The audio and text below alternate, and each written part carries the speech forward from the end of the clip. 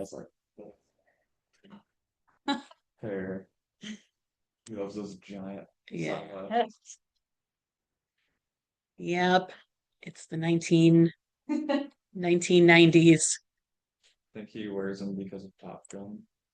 Right. A bunch of people in that show wear them, and he loves that show. I've always thought. I know Preston and Jack are definitely they're both hilarious.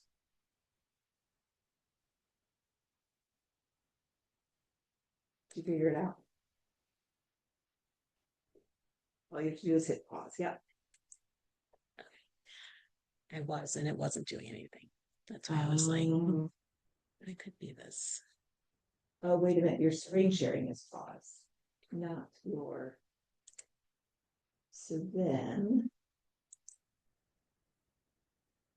go to, yes, click on more.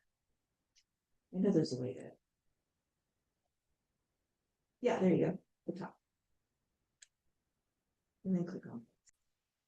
Okay. Yeah, the dark Very ages. Right before, Yeah. right before this We year. went to 2 bowl games, so it wasn't horrible. Oh, that's good. Yeah. Yeah, we went to the Rose Bowl this year. Yeah, the championship. We went to the Rose Bowl. Oh, you went. Okay, yeah. Not the championship. Yeah. We didn't go there. How was that in Pasadena? It was an experience. Yeah. It was raining incessantly. Yeah. And then for the game it stopped. But every other time it was raining. It was insane. But yeah, so now you guys all have listing agreements. Have any of you done a listing yet? You've done a listing? Oh, you have one now? Okay, good. I've just watched a lot back. Oh, that's right, because you're like you're the newest of new. Okay, that's good. Okay, so should I go from command, like putting it into command and how you do all that? Sure. That sound good? Is that what we did, Ish? Or was that for the purchase agreement?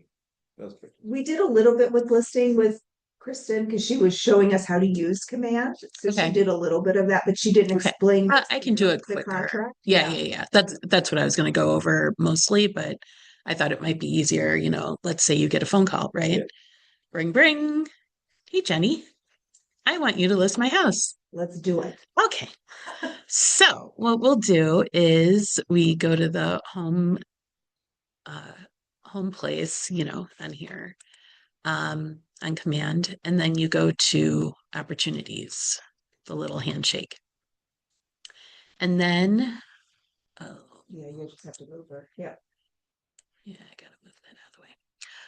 And then go to create opportunity. And then opportunity type. You've done this already? Not through command. Oh, you haven't done No. it through command? Okay. And then you go to listing, and the seller will be, we'll say Jen Merrill.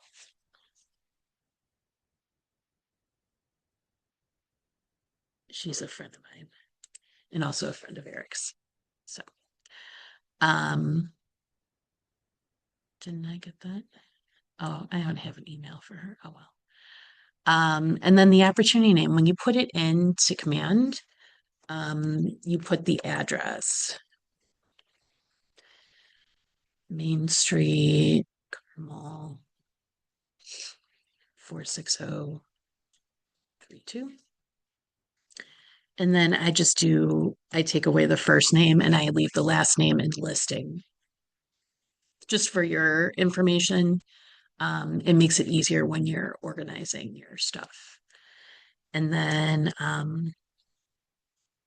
opportunity stage, we'll do, instead of cultivate, we'll do active, and we'll do staging, and then create. Oh, an estimated commission amount. I always say 3. Oh, commission rate 30. Because you should never sacrifice your commission unless I wouldn't sacrifice your commission until later when you have had a lot of experience and people have come back to you, that sort of thing. So yeah, so that is how you create the listing in here. Then you go to Documents and you'll sync with DocuSign. Oh, I have to check residential and then sync with DocuSign. This computer doesn't have passwords. I keep my cheat sheet.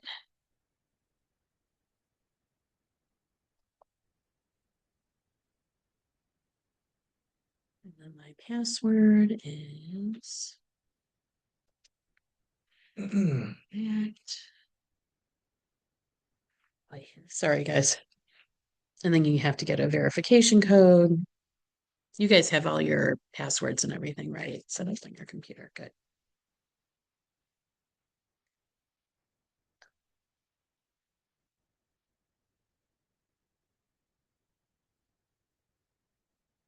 Okay.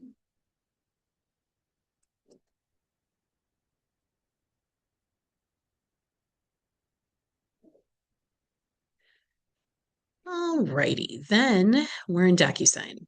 So for this listing, you'll go to Add DocuSign Forms. And under here, Show More for packets, it'll be Seller's Packet. And then the listing contract exclusive right to sell. And you add that to your room. And then it pulls it up. And I gave you the hard copy so that you could kind of follow along if it's kind of small up there. Yeah, it's a little small. Can I make it bigger? That's too big. That's better. Okay. So the listing contract there, and some of it is just like a form, and some of it is strategy. So as we go through this, I can kind of share with you those different parts of it. It automatically fills Keller Williams Indy Metro North. And because you've linked it to one of your clients, it'll put the seller in automatically as well. So, and then this first one is the seller. Let me pull this over.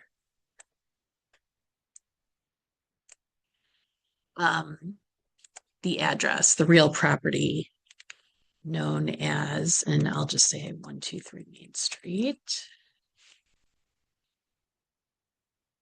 in Clay Township, because it's Carmel, Hamilton County. Do you guys know where to find all this if you don't know it off the top of your head? 46032. To find where To find out the county, the township.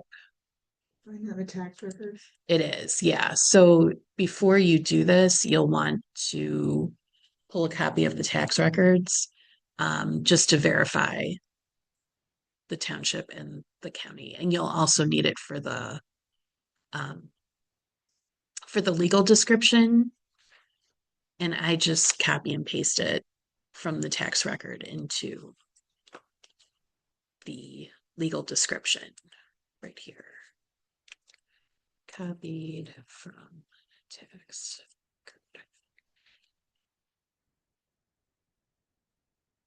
Does that make sense? Good. would that be under the public records on my board? Under my board, yeah, it's there's a little symbol up above.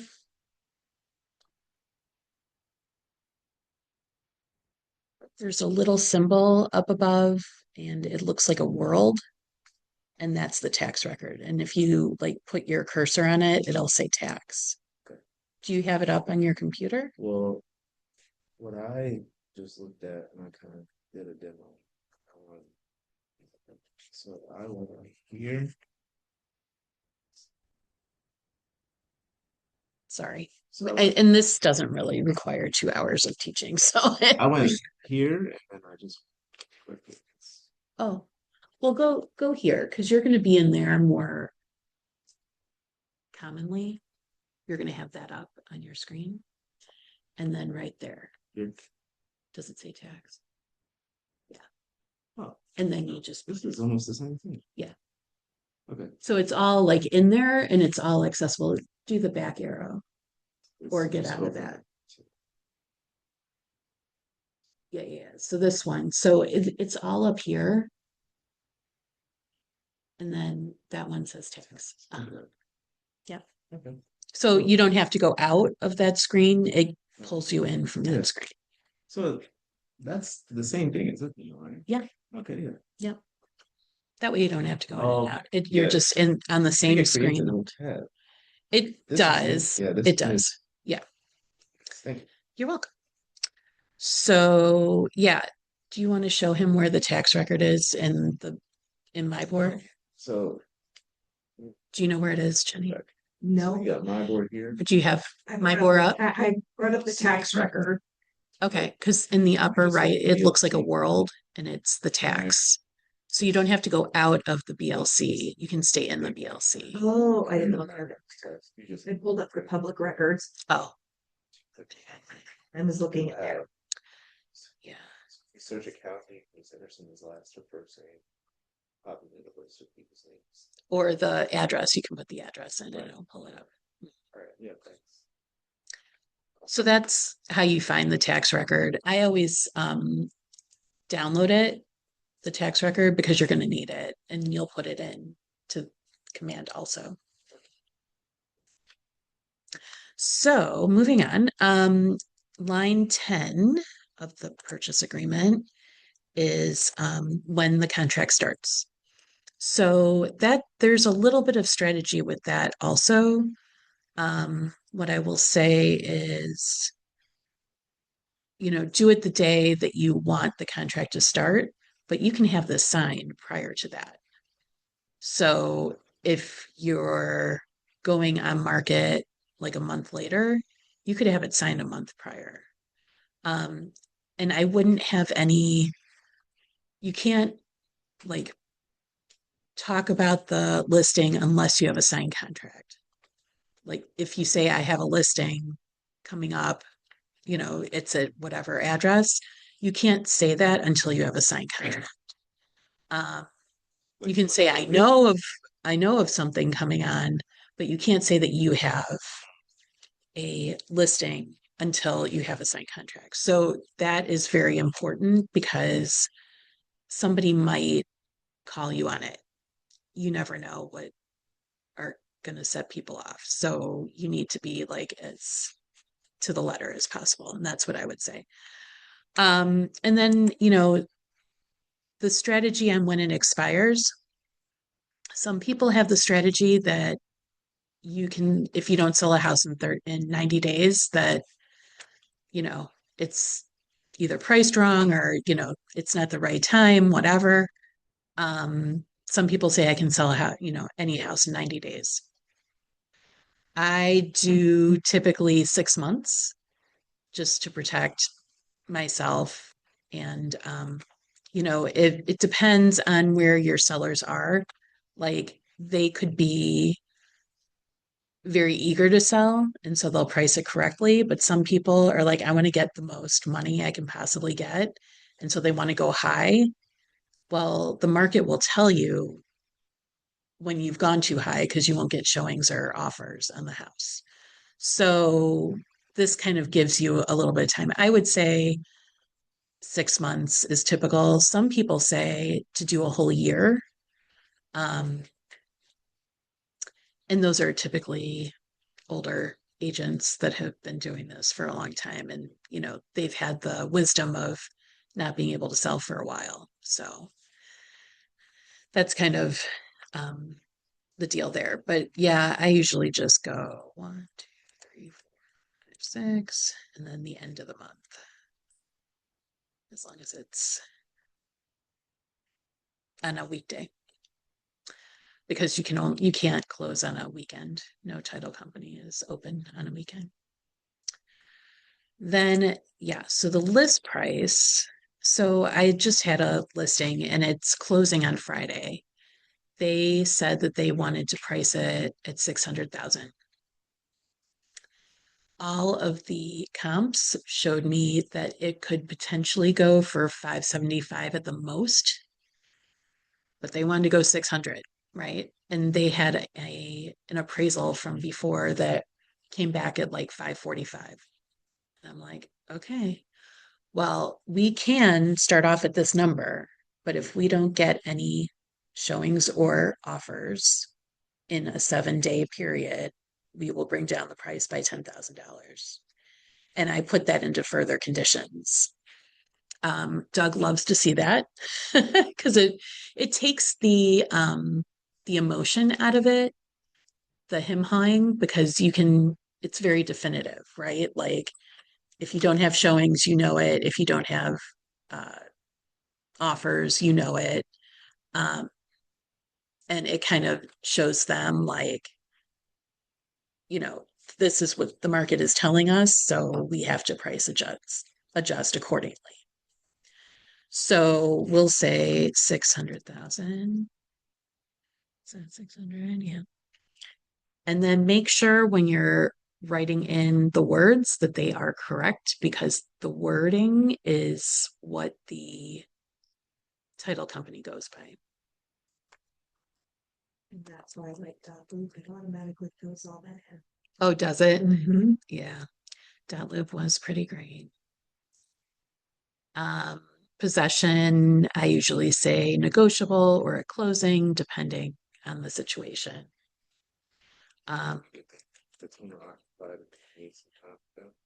Potentially, and it'll be negotiated through the process. So negotiable or at closing. And is what you're doing in here what's going to help build your listing when you put it in the VLC?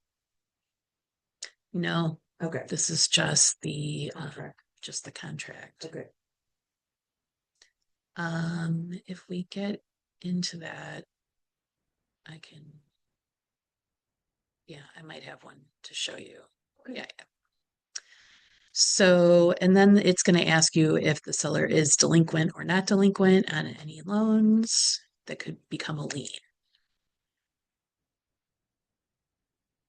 Hello.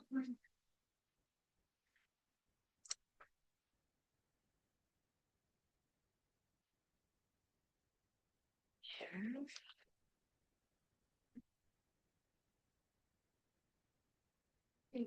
Yeah. I'm Nikki. Hi, Nikki. Did I miss a lot? I don't know. They'll help you. Bunch. Take my kids to school. I hear you. Accident else and do. Thank you. And then basically just reading this. I mean, if you read it, it'll make sense to you. The seller represents that the total loans affecting the property do or do not exceed the list price of the cost of the sale. This section is a indicator to the title company that if it's a short sale or not. So the title company handles a lot, to be honest. I mean, I think they should be paid more, but whatever it is. But yeah, and then the next line on line 18, it's pretty much always warranty deed. So I just do 3 dashes there. You really want to fill in all of the blanks of all of your contracts. So it's important to know. I don't know if you've met, what's his name? Jay Rose? Do you know Jay Rose? Yeah. Jay Rose will say to tab through, but the problem with tabbing through in DocuSign is that it doesn't always go into order, and that's very confusing.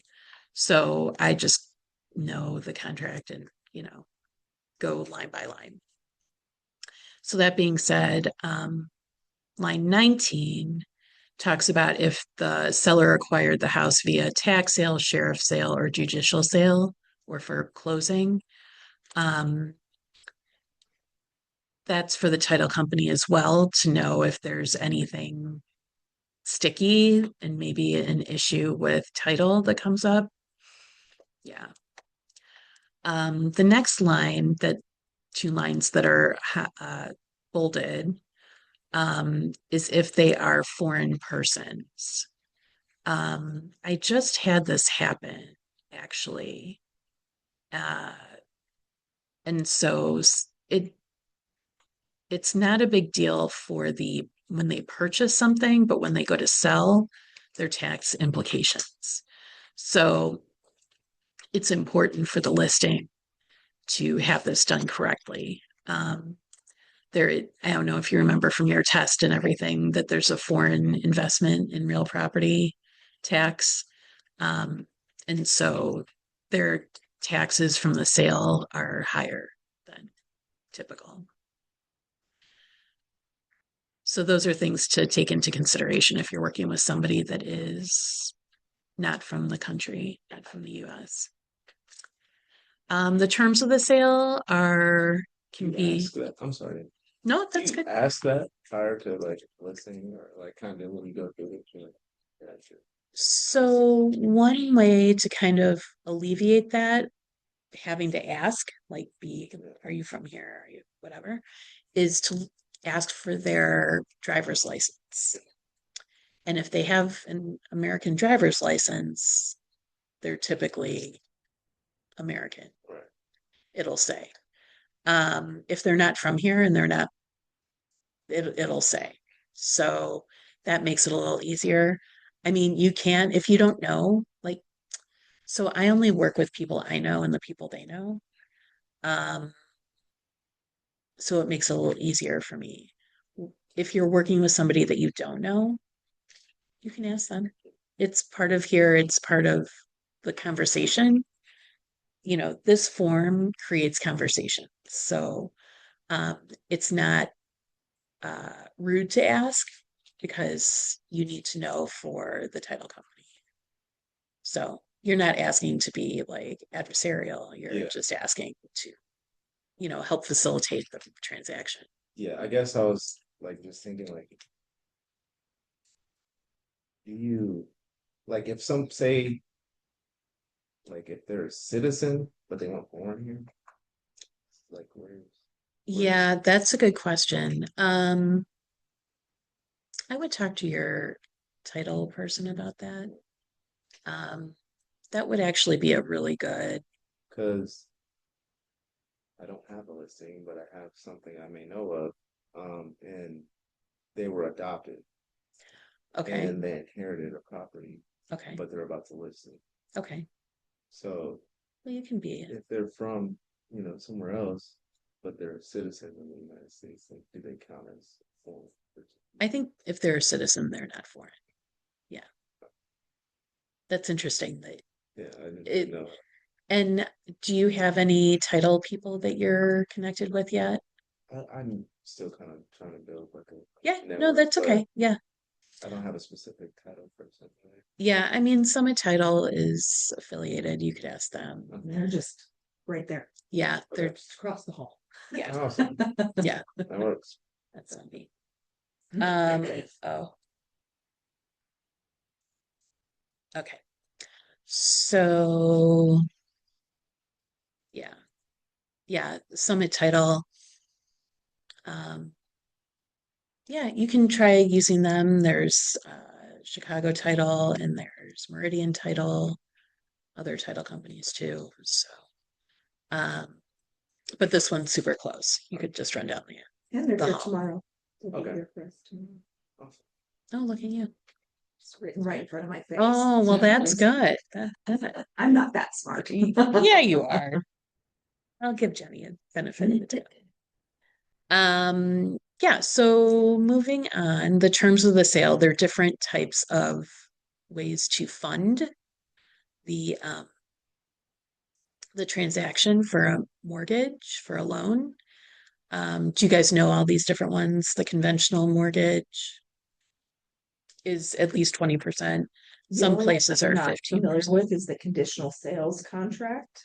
Yeah, The others that's seem pretty explanatory. yeah, the conditional sales contract. I haven't done one of those, to be honest. They, I mean, Tina Snodgrass would have done one, but she's done everything under the sun.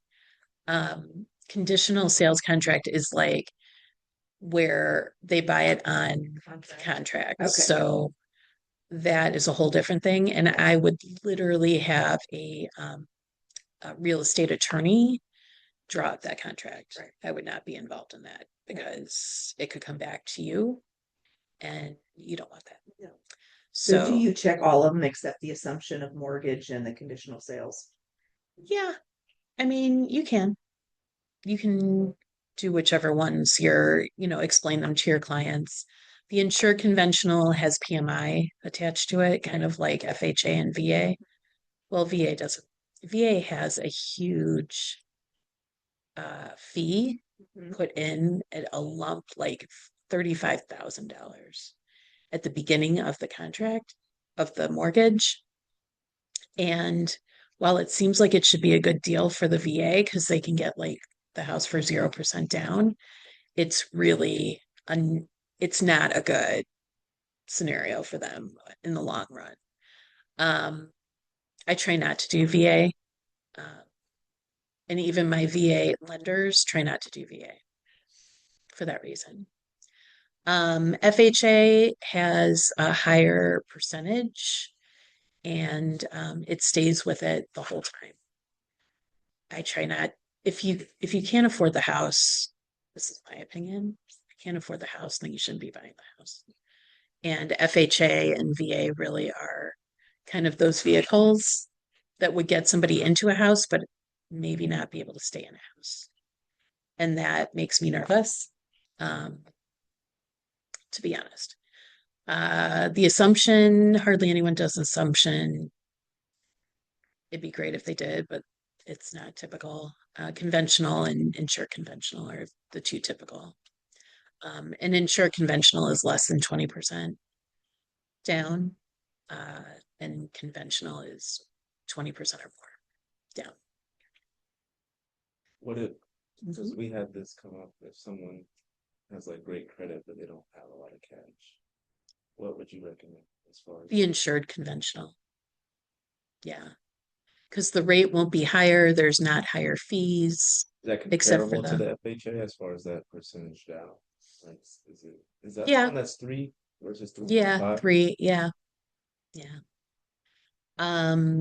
And if they get a house where it needs some work and they can do a little bit of work, then they can have it reassessed and their percentage of what they have down will go up.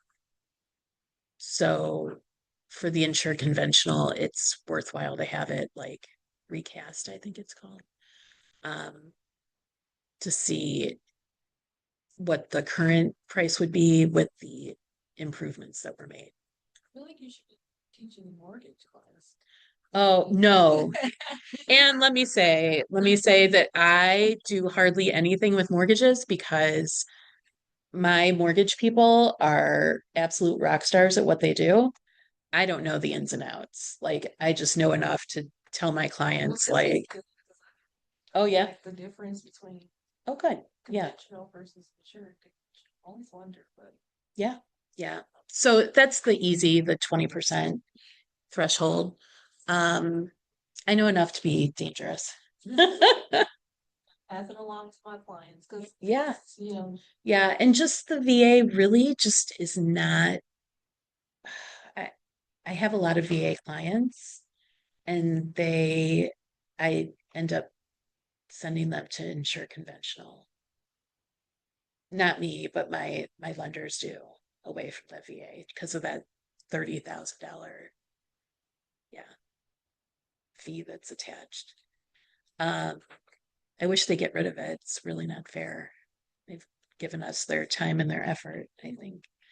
But Yeah, so then we go down to property offered for sale. And this includes like all the fixtures in the house, right? So if something's attached to a wall, um, it's considered a fixture. The built-in kitchen appliances, sump pumps, water softener. You can read those things. You don't need me to read them. Towel racks, window, um, like window fixtures, those are built in. The TVs, this is a big deal. The TV wall mount is the fixture. The TV is not. If your client wants, this is when you're purchasing a house, but if your client wants the TV attached to the mount, you need to write that into the purchase agreement. Likewise, when you're filling out the listing contract, this area underneath that says excludes the following, if they want to take their TVs, you put that in there. TVs, washer, dryer, any appliances that they're taking with them. I did just have a situation with a buyer where the buyer, we wrote, when I write my contracts, I do it the J. Rose way, and I write in the BLC and the date of the BLC initialed by the buyer into the purchase agreement. Now, when I do that, I include all items and terms as listed in the BLC sheet. And when I do that and attach it with it initialed, it becomes part of the purchase agreement. Well, my client got into the house, he had given extended possession time to the seller, and the seller took the washer dryer, but the washer dryer were included in the BLC sheet. And it was really the list agent who screwed up, and he didn't even pay for a new washer dryer for my person. I mean, just such a bad agent. I What do you can't do in even that case? begin to tell you. What do you do in that case? Well, my client was going to go to small claims court to sue the seller and the list agent. I don't know if he did or not. I'm honestly a little scared to ask. So I don't want to like open that can of worms. I told him I was here. I connected him with Pitbull real estate attorney. And so, she was guiding him through the process. So that, it just sucks. Like, just have integrity. If something happens, like I did a BLC sheet that said that there was a water softener at the house. The people, my sellers had two water heaters because they had a pool, and I thought one of them was a water softener, and that was my fault. And I paid for a new water softener to be installed at the house. It was my fault. I did it. So just have integrity. Like if you mess up, if there's a TV that, was supposed to stay and it didn't, buy the TV. Do the right thing. Like this agent, it was clearly not my fault. I did nothing wrong. That's why I'm not paying for a new washer dryer because I did nothing wrong. But the other agent, it was his fault and he did not. So Why don't you reach out to the agent directly, or is that kind of like oh, I did. I reached out to the agent. I talked to his managing broker. I did above and beyond. But I can't make somebody have integrity and he doesn't.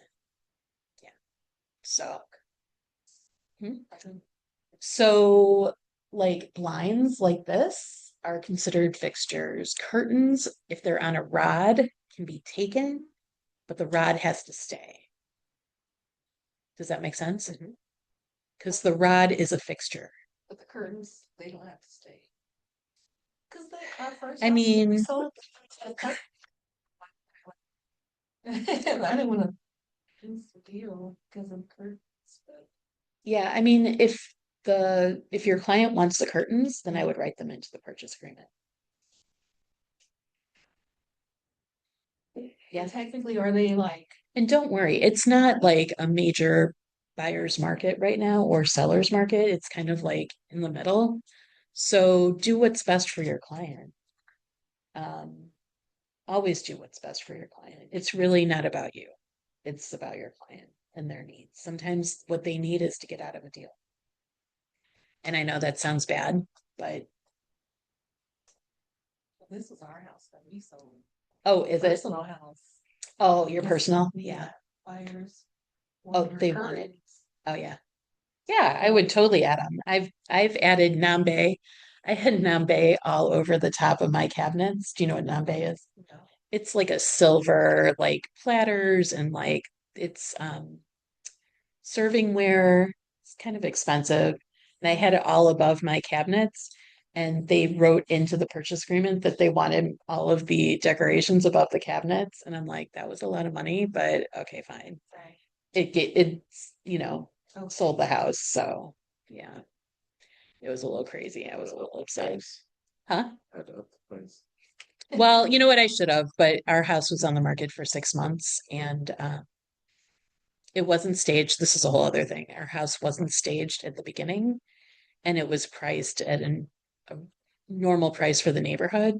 Well, we didn't have it staged. And then my friend's mom came in. She was a stager. She staged our house and we sold it in 4 showings.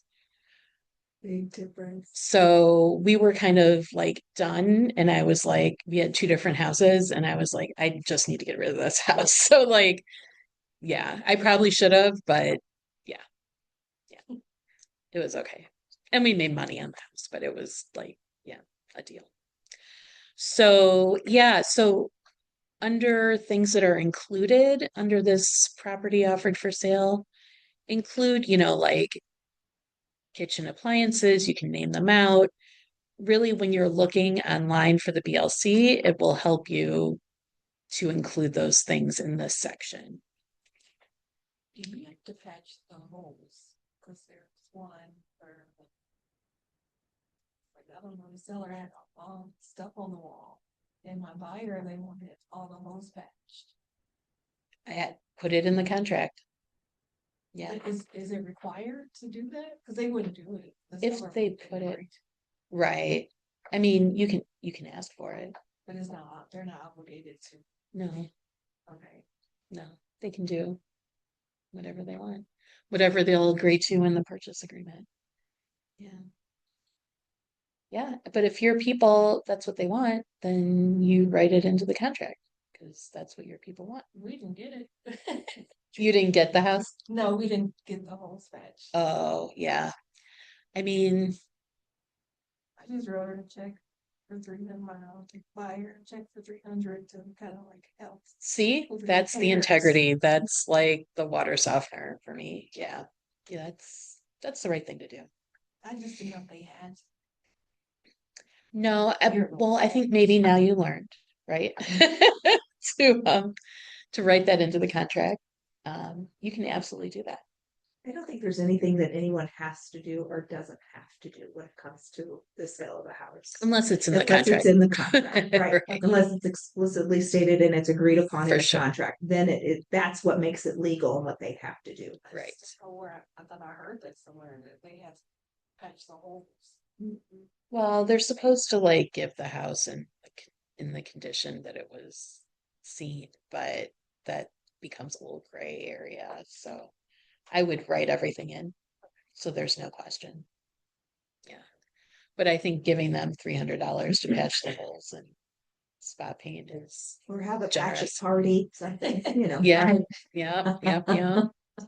Yeah, so make sure that you put in refrigerator, stove oven or cooktop or water softener, water heater, all that stuff in this section right here. And then excludes like, maybe a TV, like a basketball goal,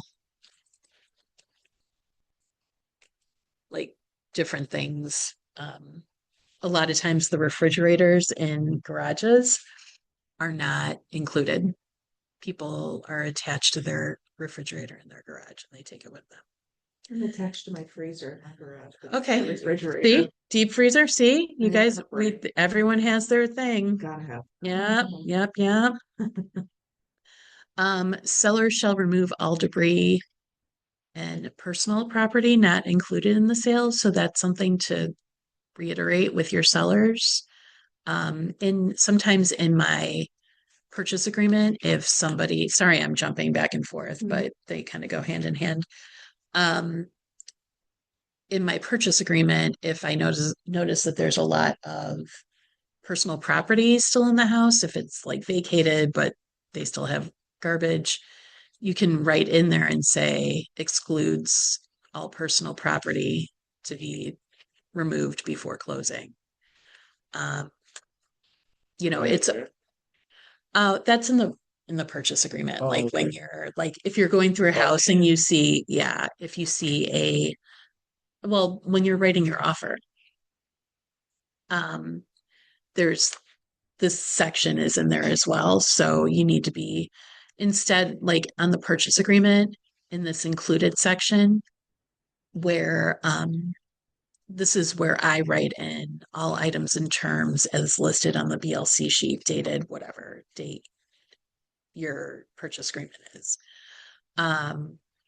Because that really you could forget something as you're writing them in and then it could not be included and then you're stuck for it. So this way it kind of alleviates that omission. Okay. How do you, I know you said you had your clients just put their signature on the BLC. Mhm. So how do you attach that with this? So you download the BLC sheet. If you click on print and then, or you click on you pull up the listing and then press the checkbox next to it and then do print and then do it to a PDF. And then you can name it. I do the address BLC. And then save it to your desktop or your files. And then I include that and I upload it into DocuSign or Dotloop. And then include it with the purchase agreement. And have them initial it. Yeah. Yeah. Okay. It's just like an addendum. Put that signature. Yeah, you can put the initials anywhere on the thing. Yeah. I used to do it next to the commission rate because the commission used to be listed on there, but it's not anymore. And it's 2 pages. So I do it by like the price and by the disclosures at the bottom usually are on the second page. Yeah. Did you do anything for line 18? Line 18. No, I just do 3 dashes typically. Because most are done by warranty deed, you'll know, or the title company will tell you if there's a different deed that they're going to get. Or if it's required. So yeah, reiterating that the seller is required to remove all debris and personal property. It's important to have that conversation. The exclusive listing on the next page.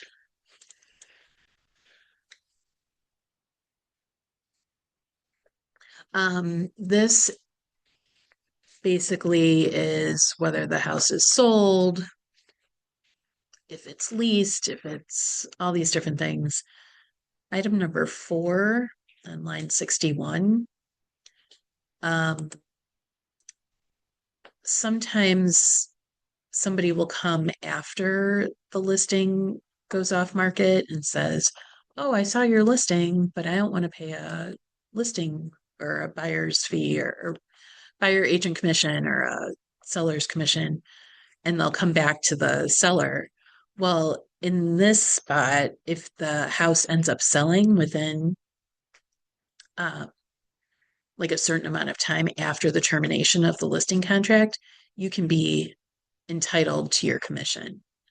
So for here, I would say not less than 30 days for people that you know well and you know that they're not gonna like screw you, whatever. Sometimes I put 90 days in there, like so that it doesn't like they just can't come back and they'll forget that they've like done that in that way. It like protects you longer. I would say 30 is somebody you know, 60 to 90 is for people that you don't. Um, Depends on uh,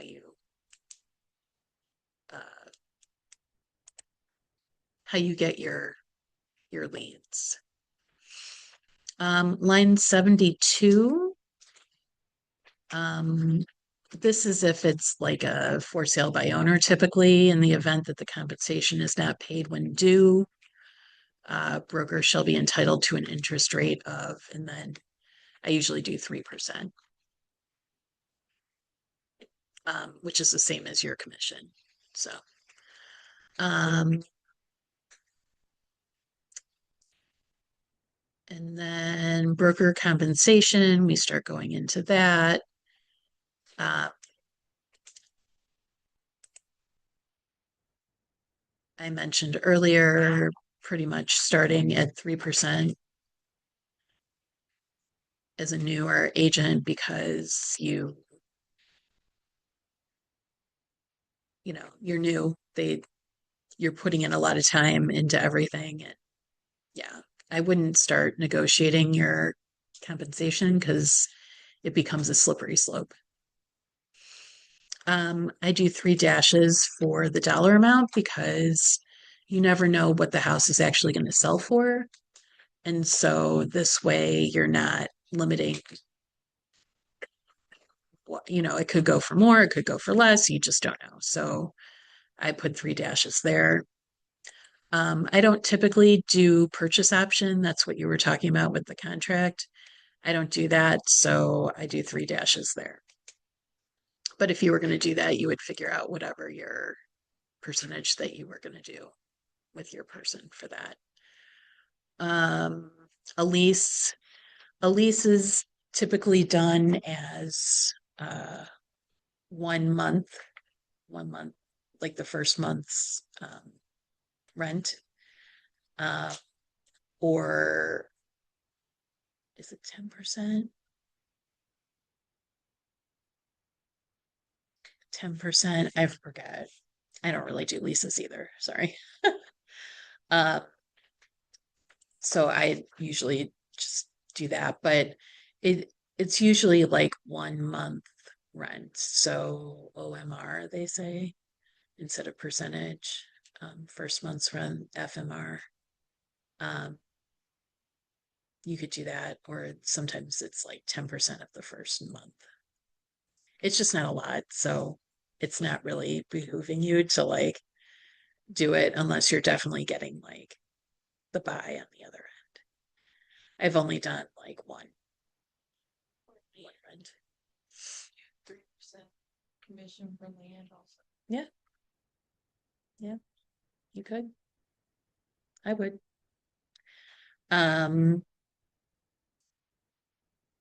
So, and then this last line 93, it is understood by the seller, the amount above does not include any compensation for a buyer's broker,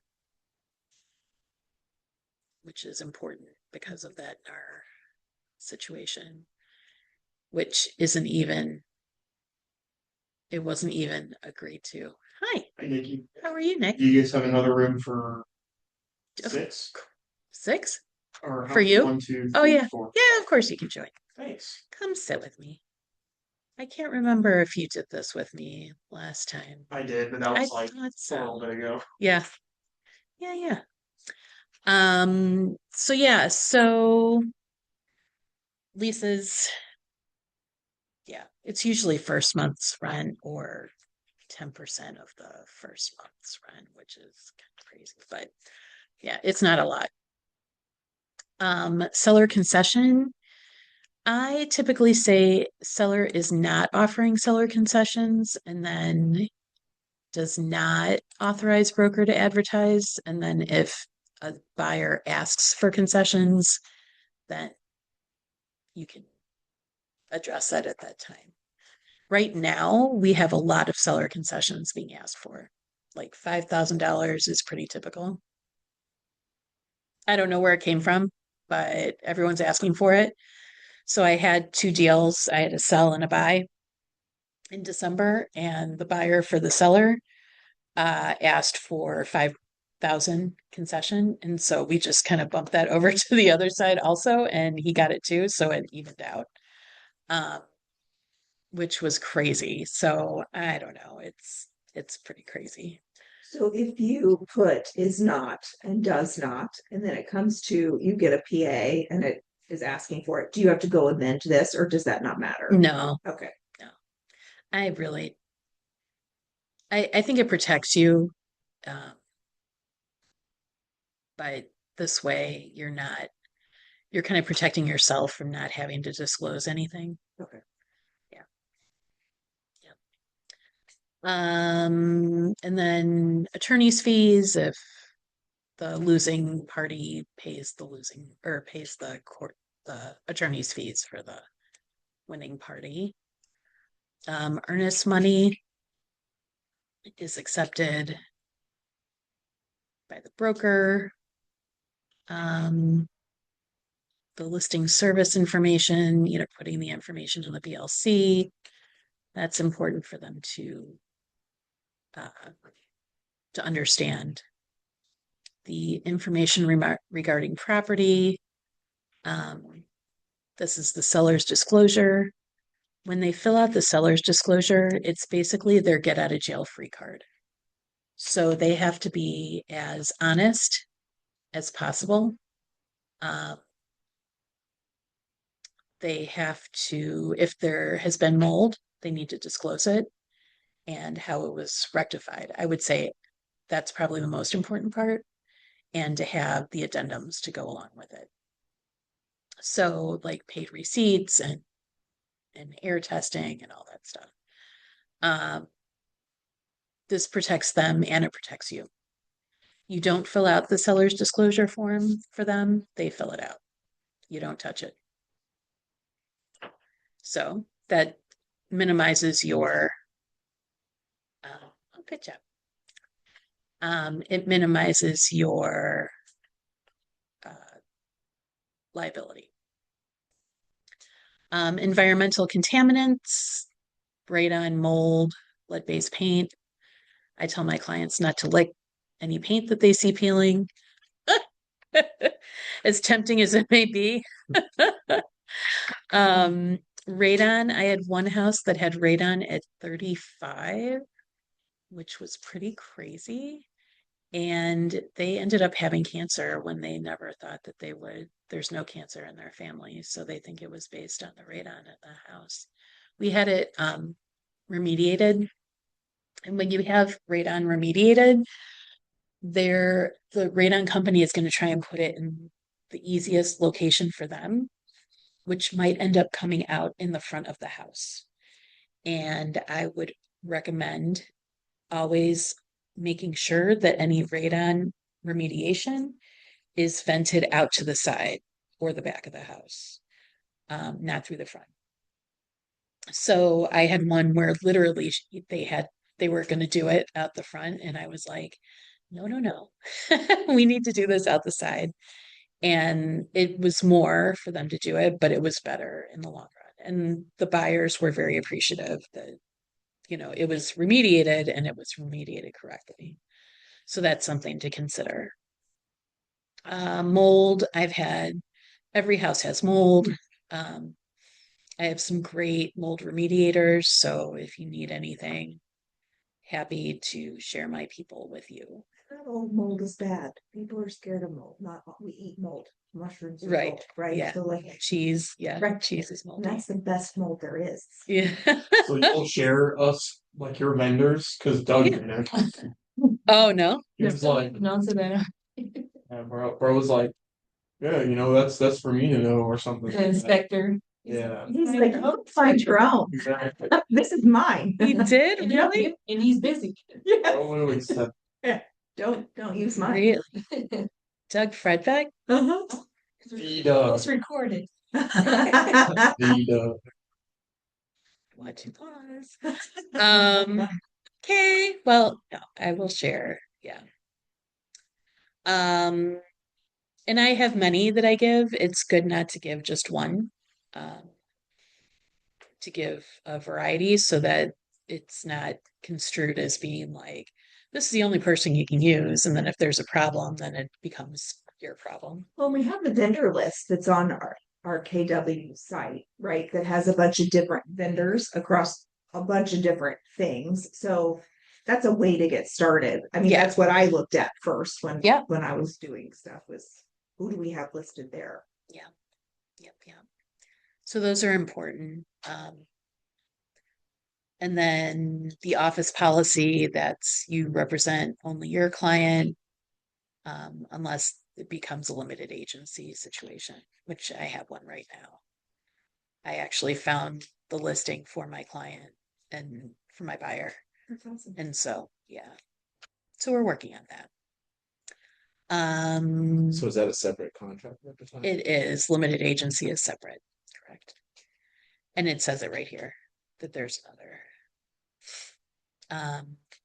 But definitely have your clients read they should read all of the listing contract. Something that I say when I send the email over, I'm like, please review and sign with your approval. That way you've told them to review it. If they haven't reviewed it, that's their own problem, but you've told them to review it and it's in writing. So yeah, that's pretty important. And then going on to line 182, seller does or does not give voluntary informed consent to limited agency. So, whatever your client decides, that would be the appropriate thing there. And then the different things that the seller authorizes and cooperates with you to have duplicate keys made, to not rent or lease the property during the term of the listing contract without notification. You should read all those things. Then the next lines are 213, and that's their utility companies and just getting a list of those. For my listing packet, I typically have a utility sheet that is included with the flyer and the updates, the list of updates, and the utilities and the seller's disclosure. I have all those in my listing packet. So it's important to get. You might as well get it here. Then you can just transfer it to that sheet. The HOA information is on line 216, getting their name and contact information and the amount of the fee and when it's due. You'll need that. So this is a good place. No, usually from the seller, they have it. They have their BLC. Yeah, get it from them. The things that you're going to have to ask your seller, like, okay, Jenny, I want you to do the list my house. And then Jenny would say, well, that is great. I'm looking forward to doing this for you. Please have your mortgage, your utilities, and your HOA information ready for our meeting so that we can fill out the contract. And those three things are what you'll need for the listing appointment. So then you'll need the mortgage information and the loan number, going down to line 227. It really only behooves the seller to disclose the existence of written offers because it creates more interest and more desire for the property. So I would say does. Yeah. The seller on line 231, I typically say is not offering a limited home warranty, but if somebody asks for one in their purchase agreement, they can decide if they want to do it or not. Lockbox on line 233. I typically do a lockbox. I had one client who did not want a lockbox, and I had to be at all showings. but he had high-end art, and he wanted me at all the showings. So it was a lot, but I did it. Yeah. And then on line 244,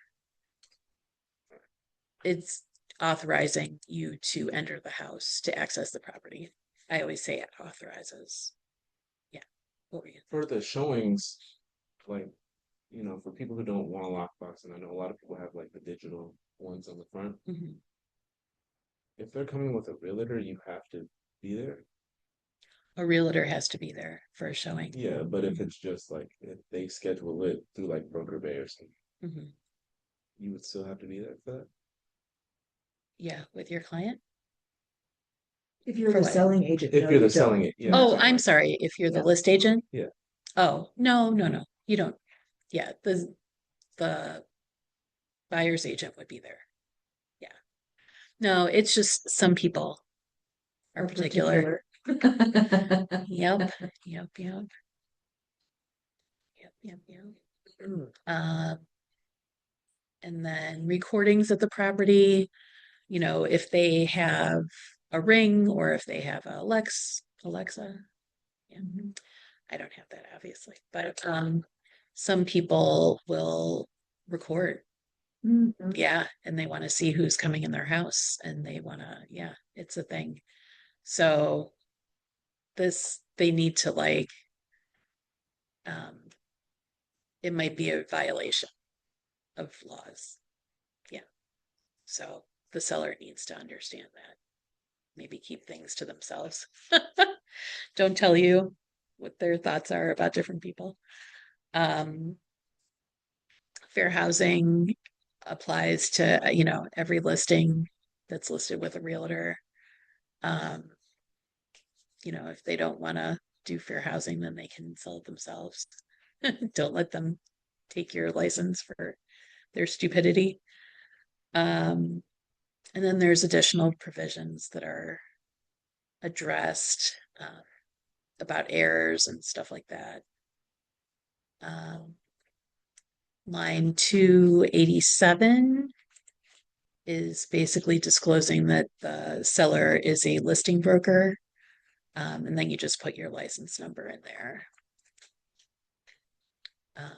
Or if you don't, which is typical, then you just do 3 dashes. And then further conditions, this is where when we were talking about if there are no showings or offers within 7 days or within a 7-day period, the price shall be decreased by $10,000 or $5,000, depending on what it is. Yeah, what you were talking about with your seller that wanted to list at 6, right? Mm-hmm. Yeah. Yeah.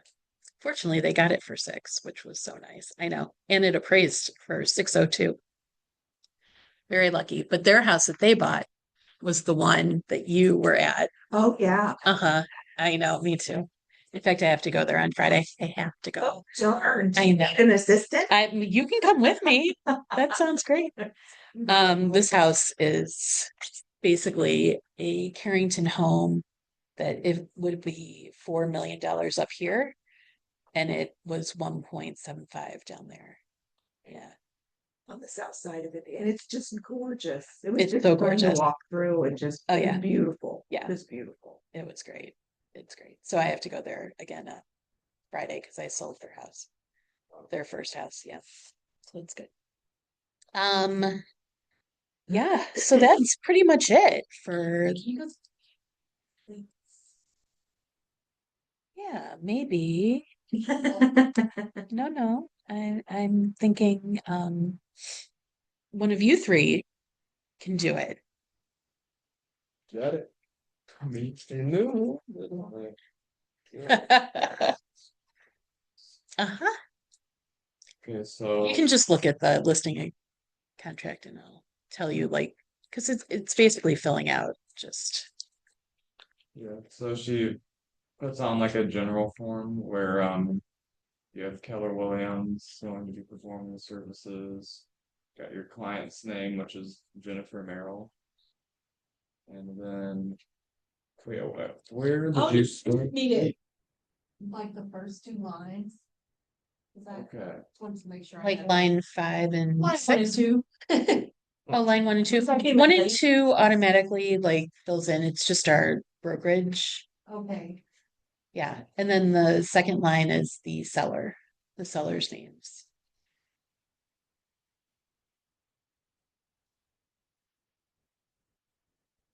There is a little bit more that he can go over because it does get a little tricky. Could talk about how you got there. yeah, so to get there so that it fills out, you go through my board, and then there's going to be a little world symbol. And if you hover over it, that's where you get your tax records. And that lets you get a lot of your let's see, it gets you your info like the legal description, which you can just copy and paste right over. And some of the other information is just right above it. Yeah, the county and the township you can get from there. you do DocuSign. I do DocuSign, but I've done Outlook also. I'm just cheap. We get DocuSign, so Yeah, I just copy the legal description. And Well, that's through the world, yeah. Yeah. Paste. yeah. When you're in the BLC, when you're in my board, no, like when you're DocuSign. Cause like it stops at the line and it doesn't go to the next line. oh well, then I just go back and and I don't do the entire thing typically. I just do it from like the neighborhood. So it's like the neighborhood name and then lot number and maybe section number.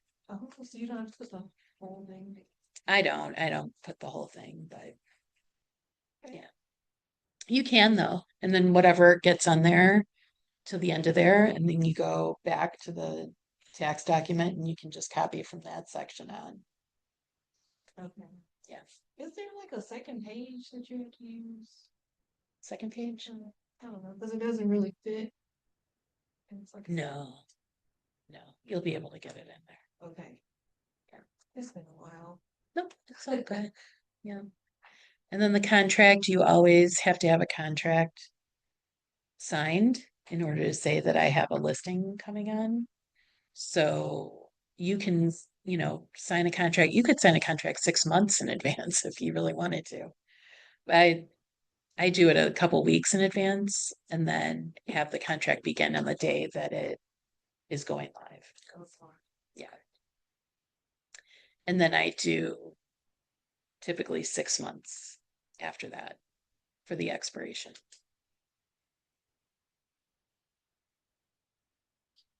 Yeah.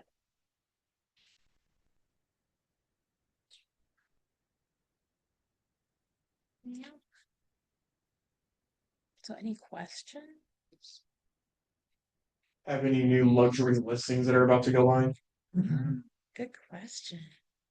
I have one. It's not a luxury one. It's in Carmel, middle of Carmel, right by the Monon. It's actually going to go quickly. I have a feeling. Cool. That's going to go on for 425, I think. Referral listing? Yeah, they're all referral. What else do I have? I have another listing. It's a divorce situation. That's in Lawrence. I don't know how she's going to leave the house. She's been evicted, so that'll be interesting. When did she purchase the house? She's lived there for like 25 years. Yeah, She's getting evicted? she's getting evicted because of the divorce. I'm not quite sure how the whole thing is working out, but she has been kind of staying in the house beyond when she was supposed to, so they had to evict her. That's sad. It's really sad. Divorce is just sad anyway. Yeah. I'm looking for a unicorn property if you know of one. Oh, well, I just had one, but it sold. It's that Me and Me that I'm doing. Yeah. It's a unicorn. My buyer currently lives in an 1890s home in Indianapolis, and it's just all detail work, just amazing property, but she wants to be out in Carmel, Fishers, Noblesville. She Oh. wants detail, she wants acreage, and she wants. Oh, she does? I might have the house for her. Tina's got one that she thinks is coming on the market, but Oh, yeah. we're not so sure that that's the right one because we saw old pictures of the house. We're waiting for new pictures to come up, but Does she want it redone or does she want to do the work? no, she wants it ready to move in, ready to go. And if it's got a pool, This one's not. yeah, if it's got a pool, that's even better. Yeah, But there's she one. wants that old style. She wants the detail that you would see in an old house in whatever she gets. It doesn't have to be an 1890s home, but it needs to have. And we See, lost out on a home off of Oberdorf that would have been oh, perfect for her. yeah, it wasn't though, because Yeah. it wasn't. Well, she's Looking getting nice. over it. Like Yeah. historical looking homes like that. Like, Not necessarily. It's just the detail within the home that's got to be in there. She wants the workmanship. Yes, craftsmanship. Mm. She really wants that with the land. where is she? Yeah. Where is she looking to move? Carmel, Noblesville, Fishers. Her daughter just bought a home. My first transaction. She just bought a condo in Fishers, and she wants to be close to her daughter. Oh, yeah. That always works out. That's well. right. And there's one in Arcadia that I'm trying to get her to look That's at. the one I was going to tell you about. That Nicki, that's I who's, don't know who's the sales, the listing the person. listing agent is Nicki something. He texted me yesterday because It's been on for a long time. Yeah, like 55 or 60 days. That is my friend's dad's house. Oh, really? Yeah. Yeah. I was actually supposed to list that, Yeah. but the dad doesn't listen to his daughter. Oh. And I listed her house and her husband's house, and I got like a lot of money for them. Mhm. And he wouldn't listen to her. Oh. So he went with somebody that just came and knocked on his door. Mhm. And she's really upset Yeah. because I was going to protect him through the thing. Yeah. And no. But go ahead. You know, Yeah. I would have her look at it. It Yeah. is, I think it's been emptied out. It's amazing. And It looks beautiful from the outside and the Yeah. pictures that I've well, seen. it needs to be redone. Like there's some Okay. things to it that need to be redone, but it's so inexpensive. It's like what, 400,000 or something? Not the same house. The one I'm Oh, looking it's at's 1.2. Oh. Yeah. Oh. There's another one in Arcadia, 400,000. She might want to look at it. It's worth it. The land, Mm-hmm. the history Yeah. of the house in itself is magnificent. Okay. Owned by one of the first like company. Oh, thank you.